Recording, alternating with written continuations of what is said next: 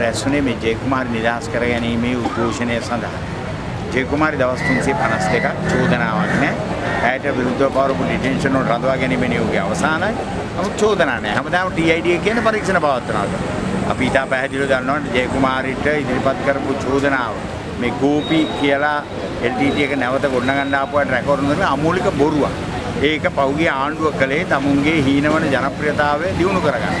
අපිට ඕන තරම් පැහැදිලි සාක්ෂි තියෙනවා ගෝපිගේ කතන්දරය අතේ පත්තු කරපු බොරුවක්. නමුත් මේ බොරුව උඩ ඉඳලා තමයි ජයකුමාරිවයි දරුවාවයි අතරංගොඩ අරගෙන දරුවාවයි ජයකුමාරිය වෙන් කරන්නේ. ඉතින් අපි ඒක නිසා කිව්වේ චෝදනා තියෙනවා නම් චෝදනා ඉදිරිපත් කරන්න විශේෂයෙන් ඒ දරුවා වැඩි වියටපත් වෙලා දවස් 3කින් තමයි අම්මාවයි දරුවාවයි වෙන් කරන්නේ. අපි අමතක කරන්න හොඳ නැහැ. ජයකුමාරිගේ අනිත් දරුවෝ දෙන්නගෙන් එක දරුවෙක් LTT සංවිධානයට සම්බන්ධ වෙලා මිය යනවා. මොනවා වුණාද දන්නේ. අනිත් දරුවව මේ පහුගිය ආණ්ඩුවට බාර දෙනවා. ඒ බාර දුන්න දරුවටත් වෙච්ච දෙයක් නෑ. ඊට පස්සේ කෙල්ලට ඉතුරුනේ මේ අම්මා විතරයි. ඒ අම්මා වෙන් කරනවා. ඉතින් අපි ඒ වෙනුවෙන් කියන්නේ ජයකුමාරට චෝදනාවක් නැත්නම් වහම නිදහස් කරන්න. නැත්නම් චෝදනා දාන්න කියන එක තමයි අපි කියන්නේ. ඒ විතරක් නෙමෙයි. තවත් දේශපාලන හිරකාරයෝ ගණනාවක් වෙනවා. විශේෂම දෙමළ හිරකාරයෝ.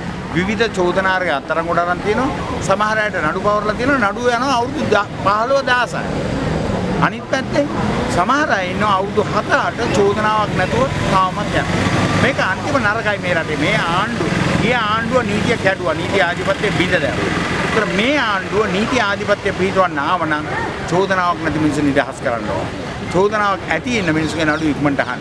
විශේෂයෙන්ම මේ රටේ තියෙන හේබස් කෝපස් කියන කවුරු හරි අතුරුදහන් වුණාම එයාම වහම ඉදිරිපත් කරන්න කියන නඩුව ප්‍රදීප් එක්නැලිගොඩගේ නඩුව සන්ධ්‍යා එක්නැලිගොඩ කරන්නේ අවුරුදු 4ක් ගිහිල්ලා තියෙනවා.